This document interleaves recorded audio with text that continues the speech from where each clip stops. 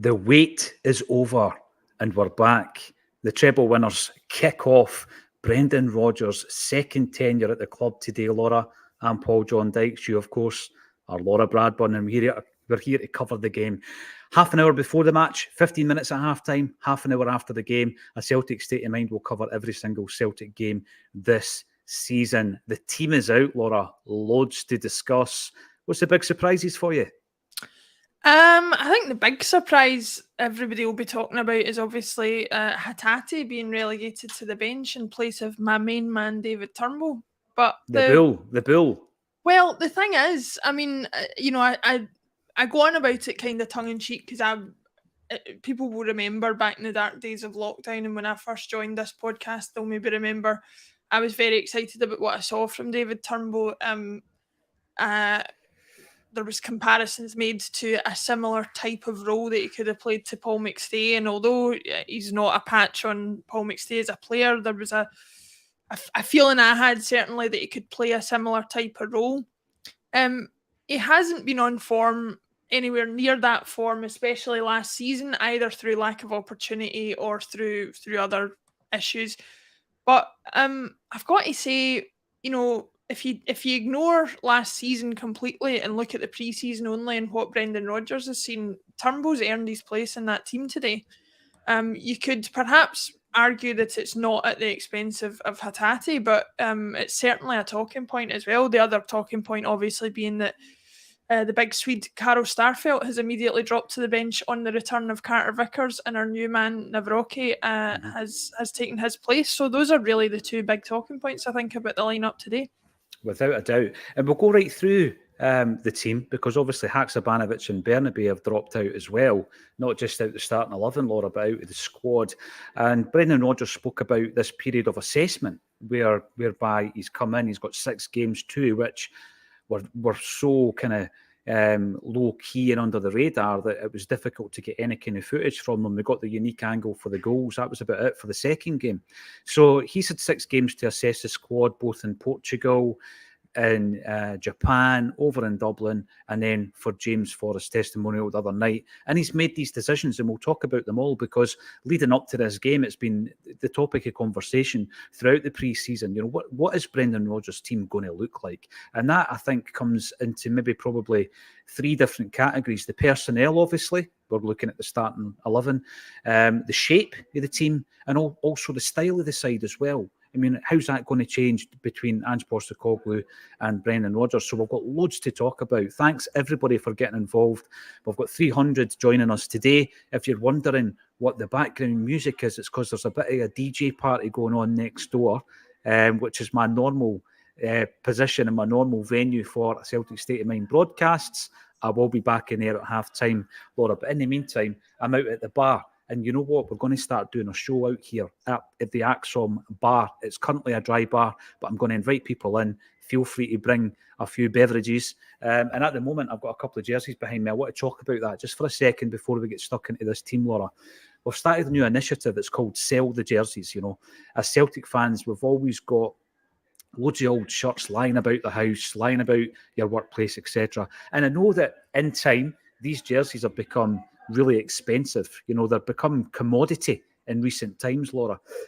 But, generally speaking, if there's an initiative, Celtic fans come together. And what we're saying is, give us your old jerseys. And what we're going to do is, because we come into contact through interviews or events, Laura, with a lot of ex-Celts, we're going to get them to sign all the jerseys, 10 at a time, let's say.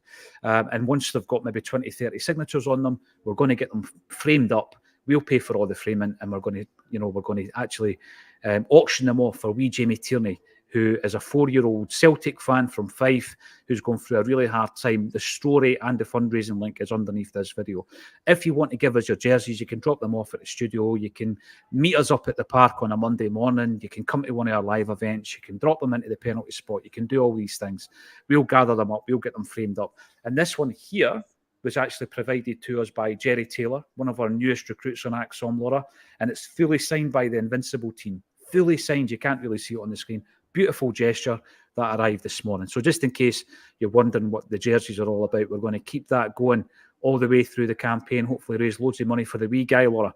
Let's get stuck into the team then. In goals, we'll start with him. Joe Hart. He's been the subject to a lot of conversation and discussion and debate.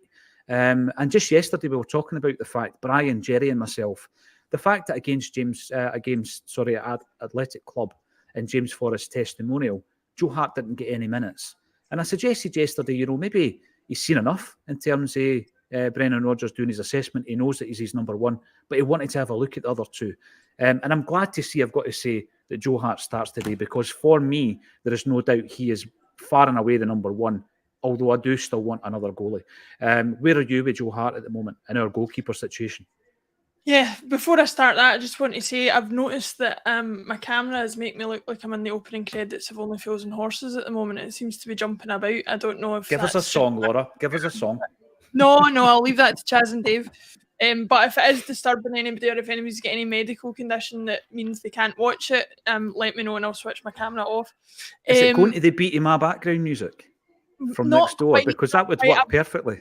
I've never been known to be in rhythm with anything in my life. So, but yeah, like I say, if it's bothering anybody, let us know in the comments. Yeah, Joe Hart he's a funny one, because I think he's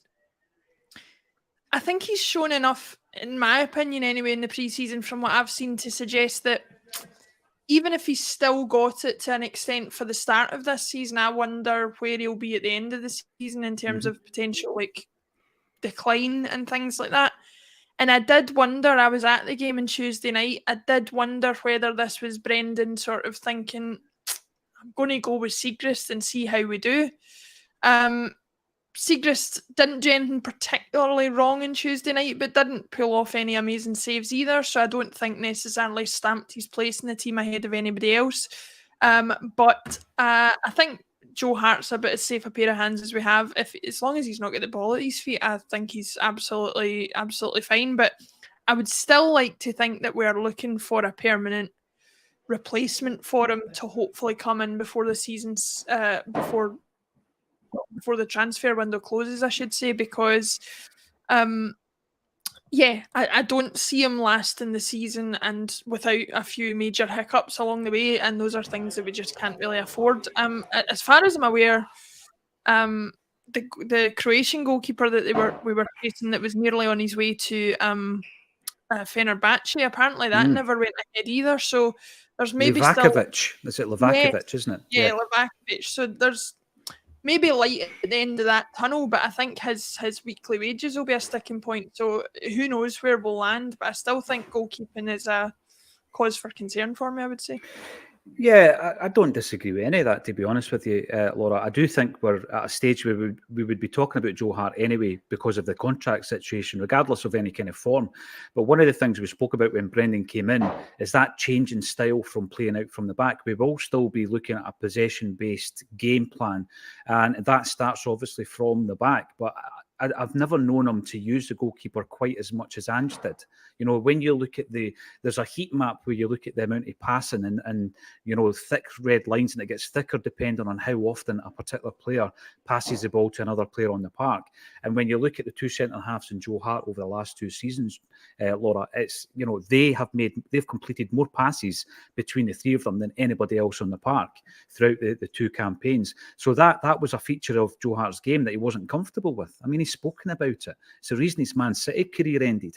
And I think that there is still an onus on him to be good with the ball at his feet. And let's be honest, it's modern football now. Every goalie needs to have an element of that, but not as much of a focus as it had been with Ange. And I am viewing this as Joe Hart's final campaign. But during that campaign, one of two things is going to happen. We're either going to bring in a Livakovic-style signing, which will cost us a few quid. It will be a big name signing. And he's going to probably, by the end of the season, have that jersey off, Joe Hart. Or we're going to bring someone in with a huge amount of potential, who does have the games behind him, Laura, but who can learn throughout this season. And Jared has spoken about that, because there's goalkeepers in Australia, for example, that Jared reckoned could fit into that category. So Joe Hart, yeah, I'm all for him being the number one. He does have a mistake in him. We know that. But a point that was made the other day is sometimes we focus on the mistake. We don't focus on the great save that he makes later on in that game, because he did that. He did that against Wolves. He made a brilliant save against Wolves, and we didn't really speak about it that often. We focus on the kind of bad side of Joe Hart. So I think he's still a big player, and he's going to be an important player this season. I'm really keen to get the thoughts and all the emotions and everything else that comes with Flag Day from the commenters and from the audience today. First in, quick off the mark, was Celtic follower on the YouTube channel. If you want to make a comment, if you want to get involved in a live discussion, all you need to do is subscribe to the channel, and that's absolutely free. Morning all, buzzing for today and hoping for a good win without any mistakes. Loads of chat, Laura, about pre-season friendlies and not being up for them. I've got to be honest with you. I was up for them because of the fact that we've got a new gaffer and everything that we spoke about before in relation to the style and the personnel and everything that's going to change. So I was up for all those games, but it's a different feeling today when you wake up, you think, couple of hours to kick off. Oh, yeah, absolutely. I think, I went to the game on Tuesday night with my nephew. He was at his first Celtic game, 6 years old. My sister and I were there for the first time in years together, and we had a good time and we sampled the atmosphere and enjoyed watching the game, but it didn't have that bite.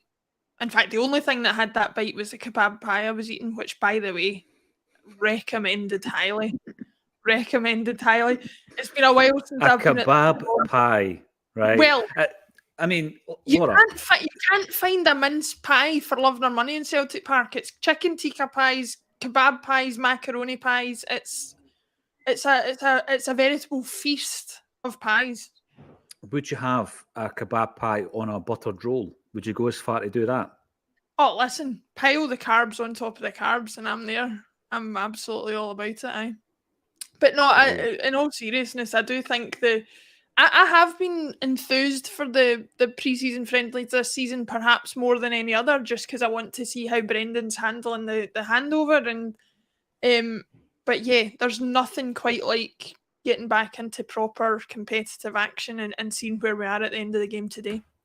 No, definitely. And, the first sign of that is the lineup. We've spoken about the goalkeeper. Let's have a wee look at the defence now. And there were a couple of questions. In fact, there was quite a few questions actually as to who was going to start this game. Tony Ralston starts at right back. His journey continues as a Celtic player. An incredible, when you look at his mental fortitude, an incredible amount of character shown by Tony Ralston to come back Lazarus style under Ange Postecoglou when he was written off massively, and here he is under Brendan Rodgers. This is going into the third season of him being a first team regular, and yeah, he's got the jersey virtue of an injury to our first choice right back. But there was a question mark, Laura, around Ralston or Iwata. I said yesterday I'd go for Ralston because he's a natural right back. I also think that he showed enough form to suggest that he's going to be up and down that line like we know he can do against Ross County. He's had a few moments against Ross County in his Celtic career. And I think he's got the choice spot on here. No disrespect to Iwata. I see Iwata, even though he is versatile and adaptable, I see him as a defensive central midfielder. Yeah, Iwata has done a job at right back this pre-season, and I think, that's to be commended. There's nothing like a versatile footballer, but I think certainly I agree with you that his defensive midfield role is certainly a much more natural one. Ralston, I think we have to try and get away from this narrative that he's a hard worker and he's this and he's that. Listen, I don't think he don't continue to have a career at Celtic the way he's continued to have it without having footballing ability as well. And I think he's shown that. Yeah. I think you're entirely right about his industrial nature, and I think you have to have that, because I don't think he's the most talented footballer you'll find, but he's definitely got footballing ability there, and he's no longer, as we've all said, the very fact that I said the talking points in the team today were the omission of Starfelt and Hatate, and I didn't even mention Ralston. It just shows where he's at in terms of everybody's thought process. He's no longer the eye roll or the weakness that you you once thought that he was. He's just a squad player who comes in and does a job when he's asked to do one and does it well. Yeah, absolutely. You're right there, because there was a time, I mean, even when, remember I'm sorry to take us back into the bowels of that season, Laura, right? But remember post-Dubai... A lot of in common with what else is you'll find in bowls, but... you're spot on.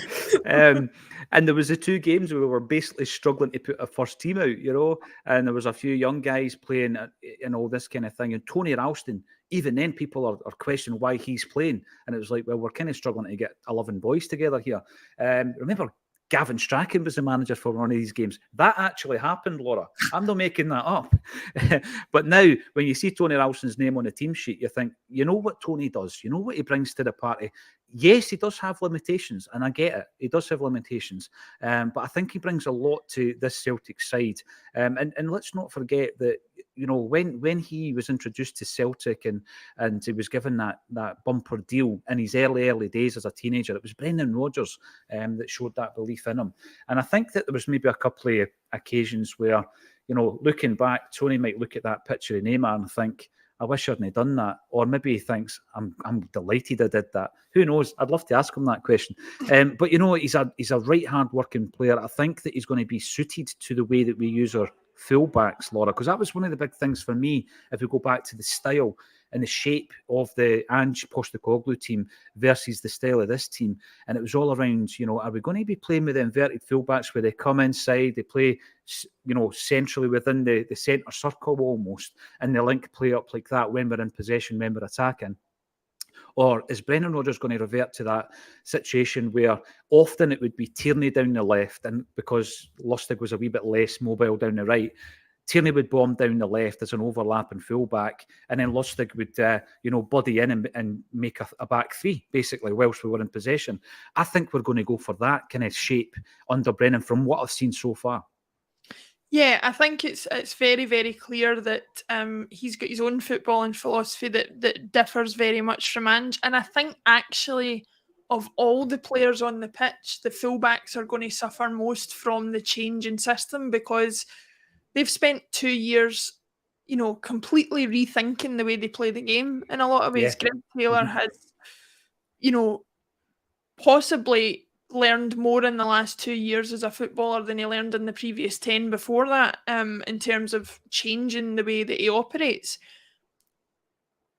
The way that I hope that benefits the fullbacks at the club is that I hope it doesn't mean that they're confused going back to a more familiar role. I hope it just means that they have a wider knowledge base to pull from in terms of how they play the game, and they're more flexible and they're more adaptable in that situation. But like you say, I think that the change in shape is clear. I think the fullbacks will operate very much more as wing-backs. The defensive midfielder will have a central defensive job to do at times that will essentially make whoever that person is, Iwata or somebody else, form a bit of a back three with Nawrocki and Carter Vickers.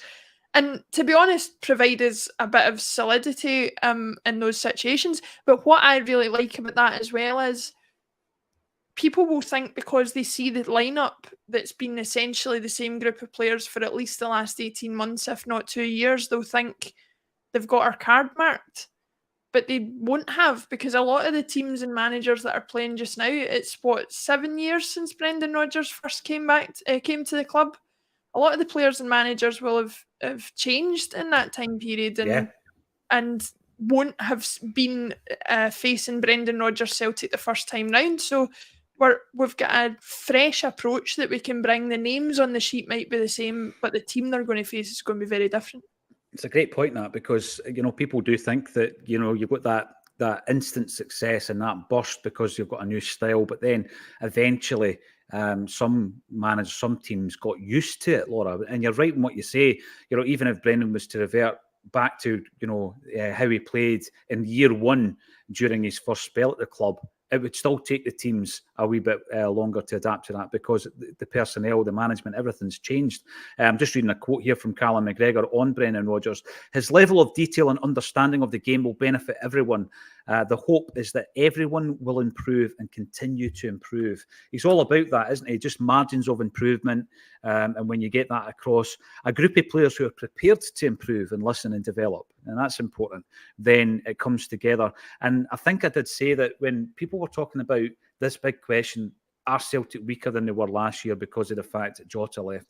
One thing I kept underlining, Laura, was don't underestimate what Brendan Rodgers is bringing to this, because there are going to be players, and I think we've already seen a wee bit of that with O'Reilly and Abada, maybe Turnbull today, will come to him, who will look better this season than he did last season. I've actually said Hatate would be stepping up another level. I thought he did that last year. He would be doing it again today and this season, but obviously he's going to be one of the talking points. FJT, hail, says FJT. Another year, another treble. Let's hope so. And Anthony Barrett, morning, Acsomers, teams looking good for a win today. Just a bit surprised to see Haksabanovic and Bernabe being left out. I've not heard about any injuries to those players. If there has been a mention of that, let us know in the comment section. And Edward Moore, good morning, guys. Looking forward to today's game. Hopefully get off to a great start. Going for 5-0 Celtic. That was my prediction yesterday, by the way. And do we still get 5 subs this season? Has that changed, Laura? I don't actually know. You've caught me in the hop there. We need to. That's why I asked you. That's why I asked you, because I was just going like that. You know what I mean? I'll ask you. Yeah. No. I certainly hope it hasn't changed, because I actually think, and this is all right saying this from the point of view of a team who's got one of the strongest squads in the league, but I personally think it adds to the game in terms of, managers have more cards to play. They have more flexibility and changing their approach to a game if they see something isn't working. I don't particularly mind having five substitutes to be able to be used, because it means a match day squad is a match day squad, and every player's got to be on their toes because they might be called upon at any point.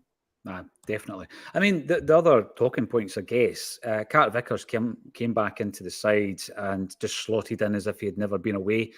And that's great to see. What a signing he has been. The big question was around the fact that he had built this relationship with Starfelt over a period of 2 years, which was the best in Scottish football. We keep saying that, and credit where credit's due. Starfelt played a big part in that. But we bring in Norowski, and I think that the thought process that I have with that one, Laura, is, he looks like the right signing, the right type of player that we need. But what I didn't want is for one in, one out in that scenario, because we've got now 6 centre-halves.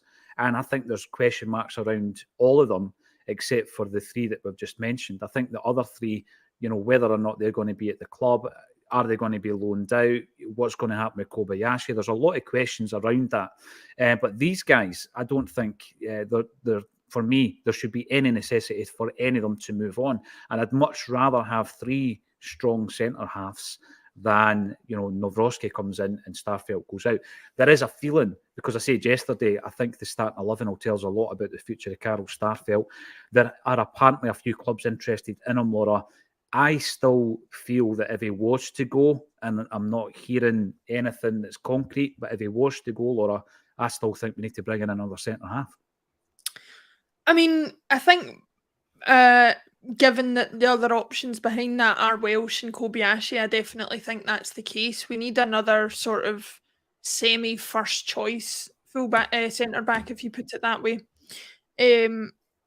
Speaking about Starfelt individually, I mean, I think, yes, he's improved over the time at the club. He's certainly improved compared to the first impressions I got of him when he first signed back when Ange first started. I've never been particularly comfortable with him with the ball at his feet. He's a good tackler. He's a good last-ditch tackler. He's not, for me, the strongest when the ball's being put over his head. And so I definitely think that although I would have maybe liked to keep him for strength and depth, I think we would always hope to have upgraded on him, and maybe Nawrocki is that upgrade. But, and so while I wouldn't necessarily be that gutted to see him walk out the door, I do agree with you that it shouldn't be at the expense of getting another defender in, because, you know, Carter Vickers, yes, he's had his operation and hopefully he'll be injury free for as long as there is to come this season, but you just never know when they're coming back from a pretty major operation like that. Kobayashi, I still don't think is a lost cause by any manner of means, but I would have hoped to have seen more of them this pre-season if he was going to feature at all. I think it's interesting that we've seen more of Welsh than we have of Kobayashi this pre-season, so that maybe gives you an idea of Brendan Rodgers' thoughts on the hierarchy at centre defence. So, yeah, I think if Starfelt goes, and it very much looks like he will, we should be looking to get somebody else in, even if it's not somebody to take either Carter Vickers or Nabrocky's place, somebody who can adequately fill in for them when needed. Yeah, I mean, there's some great points coming through. Thanks, everybody, for getting involved in the comments section. Anthony Beattie, obviously, we're live, so I'm not hearing any pre-match interviews, etc. You reckon Brendan is saying Starfelt might be leaving the club? If he does, then I want another centre-half in, because, like yourself, Laura, I'm not writing Kobayashi off. I think that he needs to be rebuilt. He needs to be built up in terms of his confidence, getting dropped for the Scottish Cup final. For a player who doesn't play centre-half, generally he was playing out of position for that game, I think would have been quite damaging for Kobayashi. And he only had a handful of games under his belt for Celtic. So, yeah, that's something that we need to consider. Taylor, it's going to be interesting to see how he reverts back to a more traditional overlapping fullback position. Who hasn't made it today? Bernabe's not made it. Haksabanovic. Liam Scales was getting quite a lot of plaudits on the comment section. He's not made it, but Davy Turnbull has, and he has made it in place of Hatate. You've touched on it. But really, I said yesterday I would have started Hatate. Jungle Line pointed out in the comments, you're picking him based on last season's performances. And he's right. I was. Because Turnbull's probably played better. In fact, Turnbull has played better in the pre-season. And Turnbull gets the jersey. Let's hope, though, Laura, the same scenario doesn't occur as it did last season with a few of the people who were showing up as subs. And then they got the start and it didn't happen for them. Let's hope for a good performance by David Turnbull. Yeah, I think the least a manager can do is reward a player with a starting place when they've played the way David Turnbull has off the bench. But like you say, the player's got to then in return provide that standard of performance from the start of the game. I've no doubt that Turnbull will do that. But what I think this also creates for us, which is healthy, is a bit of competition.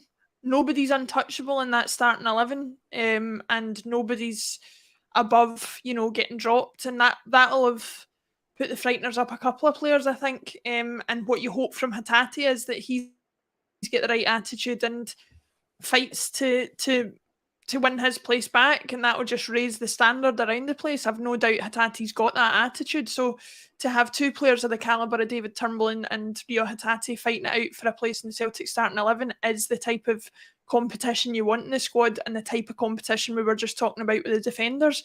We've got competition in the midfield and the forward positions. We just need that throughout the squad to make sure everybody's pushing each other to better themselves. So I'm excited to see what Turnbull provides from the start, and excited to see how Hatate responds to it as well. Yeah, I know, and that's massive. How does he respond to it? Because, I think since Hatate came in, and rightly so, his performances have been there, getting a bit of a golden boy. He would always be picked in my starting 11. Brendan Rodgers comes in, drops him for the first game of the season. How's he going to react to that? I think that's a great way to look at it. And because initially I'm looking at Turnbull, how's he going to react to it? Is he going to be able to grab this opportunity with both hands? I think we're going to have a big season from O'Reilly, and I think we're going to have a big season from Abada as well. There was a lot of talk around Abada and his future at the club. O'Reilly's done nothing but talk positively about Brendan Rodgers since he came in, and now the focus seems to be going on the likes of Starfelt in relation to bids coming in. Abada, Laura, I'm going to ask you the question like I've asked a few this week. Is it time for him to step out of the shadows of Jota? I think so. I think this is his opportunity. I think he's maybe the only person in the whole squad who, or not the only person, but he is the person I think will benefit most from Jota not being there, in terms of, potentially being a quite similar player and maybe not quite reaching the levels of Jota, and that was what was keeping him out the squad, considering Maeda was such a regular choice. Abada's got a free hit at it, a free run basically. James Forrest is going to be a backup to whoever's on that right-hand side. I think everybody accepts that now. And this is Abada's chance to say that right-hand side is mine this season and I'm going to blow people's socks off. And I hope he does do it. And again, I've no fear in saying, as I said during one of the match coverages the other week, I've no fear in saying I hope he does that and I hope he gets a big money move next summer, because if he does, that means he's done the utmost for us this season. So I'm hoping for Abada to be looking to say, this is my season to really prove my worth, get my big move, and we benefit from that in the long run as well. You can just imagine Brendan Rodgers selling it to him like that as well, Laura. You know, saying to him, look, you've got aspirations to play in the EPL. I'm an EPL manager. I've done it. I'm going to show you how to get there, you know, and just give me a year. What happens there, Celtic benefit. And I think Celtic benefit at the end of it as well in terms of the transfer fees that were being spoken about Abada. I always felt they were too low. You know, people were going on about 10, 12. I see his ceiling much higher than that. So let's get him in the team, make him a pivotal member of the side, get him onto that Champions League platform. And you know what? If he's had a great season, after that, his value goes through the roof. On the bench, Bain, Starfelt, Yang, Holm, O, Kwon, Tomoki, Hatate and Forrest. Interesting how I felt O and Holm played the other night. They were excellent. And Yang. I thought Yang showed enough the other night as well. And James Forrest testimonial. Kwon, not convinced yet. Can't write him off after one half, but I will be interested to see some of those subs making an appearance. Let's go to the kickoff as well. It's Flag Day, Laura. It's day one of the new season, really, for Acsom. We'll be here at half-time and full-time as well. Come and join us on the channel. Thanks, everybody, for getting involved, and thank you to Laura Bradburn for joining me on A Celtic State of Mind.